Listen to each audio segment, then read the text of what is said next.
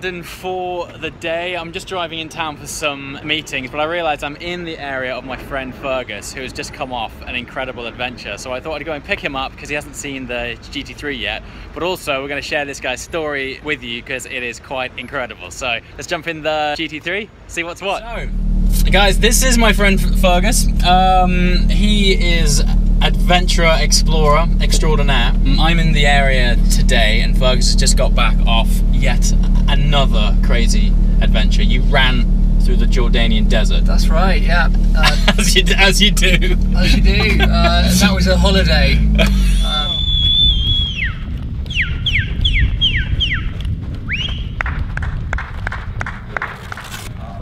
Jeez.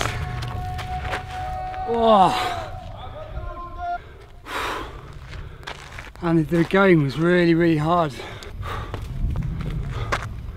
I'm glad there's not any more today, I'll tell you that. Yeah, it ain't called the toughest foot race in the world for nothing.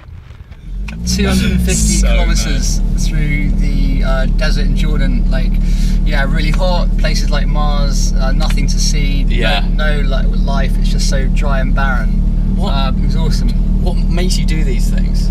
I mean, because that's not the only adventure. We'll get on to you rowing the Atlantic shortly. But what is the sort of main motivating factor behind putting yourselves through such danger? I don't know. I have never quite been able to put my finger on it, but yeah. I think just I don't know whether just the mundanity of life. You know, when you've got Monday to Friday 9 to 5, which I do. I just find the need to offset that somehow, and I guess we all do. We all have our outlets. Totally. And I guess, like, for you, it's your cars. Yeah. Some people it would be sports or something, but for me, it tends to come down to this kind of extreme fitness element, which I seem to get a kick out of. And so, are you always planning the next adventure? Yeah, I actually just did a little piece for an online sports blog, right. And one of the last questions for that was, would you do it again? And just like my instant reply to that was, I'd do it again in a heartbeat. And as soon as it was done, I was like, come on, I want to do more. And I got back to the desk on Monday morning, like still completely knackered and tired, but I was just Googling like other endurance runs or endurance events, so looking for the next, you know? That's so good. And so was the Atlantic row, was that your first major expedition, as it were? Yeah, that definitely was the first that gave me a taste for that kind of extreme side. I'd always loved fitness and the outdoors and surfing and rowing and that kind of thing, but the Atlantic row was the first of that extreme sort of nature, where I guess there was an element of life and death. If something had gone wrong, I mean, then no pun intended, but you were in at the deep end there, weren't you? I mean, how come there was no transition from rowing the channel? Yeah, you just went boom, Atlantic. Yeah, like that's crazy. It's almost like I got shoved into the deep end. Yeah, there was no particular kind of just grading into it, and it was the opportunity came up at the last minute. Someone dropped out this 4-man rowing team, so they put together this campaign, and it takes a long time to prepare to row the Atlantic. It's like it takes like a year to build up to it. You've got to fundraise, you've got to prepare, you've got to train. Yeah, you know, it's endless what you've got to do. Yeah. And just a few months before the start, someone pulled out. So it was just kind of like plug and play for me, and I was like, I just left my job in the city, and I was like, hey, this is such a great way to just get out of London, go and experience the world and life, and like try and reappraise and see what's going on. Ultra like lifestyle contrast. So how long is that journey? The Atlantic. Yeah, so it's 3,000 miles from the Canary Islands, which is just sort of near Morocco, over to Antigua in the Caribbean. 3,000 miles. And how much time do you have to spend on a boat? On a rowing boat? And that was for 48 days. 48 days? The row itself, yeah. And so, there's 4 of you? Yeah. In your living space, you know, people could call this GT3, like, you know, it's quite cozy inside, but our cabin was probably smaller than this. And there's for 4 of you grown men in this cabin. So you spent 48 days on the Atlantic Ocean, inside something smaller than the interior of this GT3. Yeah. And how many of you were rowing at any given time? 2 at a time. So it's always rowing 24/7 for the whole time, 2 of you. and then 2 would be chilling out in the cabin, or in the daytime you sit on the deck, but at night you'd both be in this, and then if there was bad weather, all 4 of you would pile in. So we had 72 hours. We had 72 hours in a space like this, which was quite an experience that was not to be repeated. God, I tell you what, you get to know yourself and you get to know your buddies. The mind games must be crazy. Yeah. I mean, you obviously very quickly lost sight of land. Take halfway through, right? 22 days in. Yeah. And you're thinking, I've got to do all that all over again, only now I'm completely worn out. I'm pissed off with my roomie. Yeah. We're all taking a shit next to each other. Yeah, in a bucket. In a bucket. Yeah.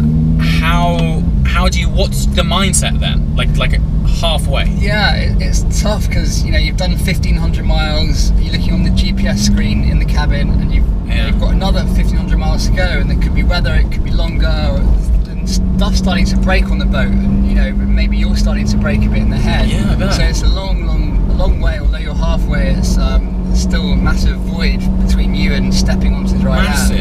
Massive. And so this 72 hours that you spend, you were obviously in there because it was unsafe to be outside? So it's really bad weather. Yeah. Right, okay. In that bad weather, do you ever get pushed back? So, so the last 3 days' progress have just been literally washed away. Yeah, that was so demoralising. And we were all being seasick in this cabin. We weren't eating or drinking, and the only time you'd really go outside would be to throw up. And there was nothing to throw up, you know, it was like that. Sounds like a great holiday, man. Yeah.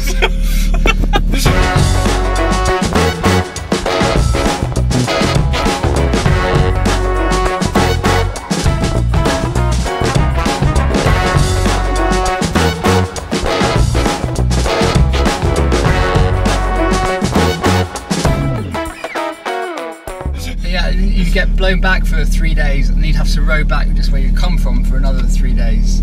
So yeah, that was not nice. But it's a lot of mind games. And so you went from spending time on water to lately the complete opposite, spending time in the desert. Yeah. What was why such a contrast, or was that why? I don't know how much that was designed or not, but yeah, the one's obviously like you're surrounded by water, and there's so much water. Yeah. Although the irony of that is you're actually dehydrated and thirsty most of the time. So right in the Atlantic. Our water machine broke, so we had to hand pump all of our water by hand. So you'd literally make a water bottle of water a day, and then you'd just be sick of making this stuff. Yeah, I bet. So although you've got plentiful water everywhere, the irony is that you don't. But yeah, there was no like design between the desert and being in the ocean, but and actually the way that an ultramarathon works, every 10 kilometers there is a checkpoint where you get given water. So there's actually more water on the desert run than there was on the ocean. Yeah, because you're completely self-sufficient on the Atlantic road. You've got everything you need on the boat. Wow. I mean, you've got to prepare for like 3 months on the boat, worst case. You've got so much food, you've got like snacks and chocolate. And there's no support boat? No. So there's no like main boat following you? Or nah, completely on your own. On your own. So you know, we were just 4 lads that the other 3 had never rowed before. We'd never really been on the sea. We hadn't been in the boat together until 3 days before we set off and did this 3,000 mile thing. So this is like the most intense social experiment ever. Yeah. And, I mean, Big Brother eat your heart out, man. Yeah. That they should have had live GoPros in there. Yeah, I mean, there was so much dynamics going on, and funny enough, the 2 guys that were best buddies going into it, like one was the godfather to the other one's kids. They're really tight. On the road, those were 2 that were just like, they could not stand the sight of each other. After like a week or 10 days, that soon, just like that soon, dude, like, you're such an idiot, and like they have big arguments and stuff. Yeah. But now, like a couple of years on, it's water under the bridge, and you know, like all these things, like you know, the friendships come. Of course they do. Yeah. Oh man! And what is the biggest lessons that you've taken from this, or what have you learned about yourself that you probably, when you first embarked on these things, you didn't expect? Yeah. Definitely an element of self-reliance that, like when you're rowing the Atlantic, you've just got, if anything goes wrong, all you've got is your 3 mates and the kit you've got on the boat to fix stuff and make it right and just to get on with it. You can't can't get help, you can't get advice particularly, and you've just got to fix stuff and just get on with it and get the job done. So I definitely take strength from that and feed off that, like in my day-to-day life now, where where sometimes you might have been like, oh, I can't do it, whatever. Well, every other bit of your life must feel really pedestrian now. It must be like super easy going. So that's just probably why there's this reason behind you, like searching for the next thing over and over again. Yeah, so, probably just looking to renew that. Take the desert run, which you've just done. Yeah. Were you thinking about the next thing during that run, or were you just like, get me out of this heat box?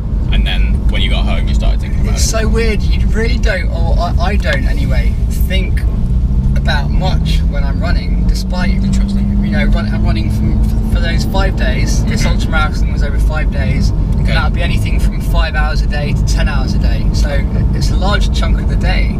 And one would, it was like the road. One would think you'd come up like with the answer to life, or or some like went out in the desert and found yourself. But yeah, I mean, actually, all I would do would be to count down from 30 to 0 over and over again. So I'd, like, each step would go 30, 29, 28, 27. And so actually, you're just kind of so in that moment and in that second that I was never particularly removing myself to think about other things, be it the next challenge, or be it what I want from life, or things on a different level.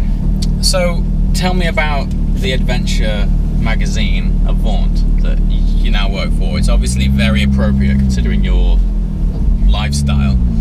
Yeah. What's it all about, man? It's great. I've been at Avant for a couple of months now, so just bedding in, and it's great. It suits me down to the ground. I always think it's good when you can cross over your personal interests with work. Yeah, I mean, the dream, of course, is to make work entirely what you like doing. So as far as to become a sponsored adventurer, or like I guess you now doing a lot more with the cars. Sure.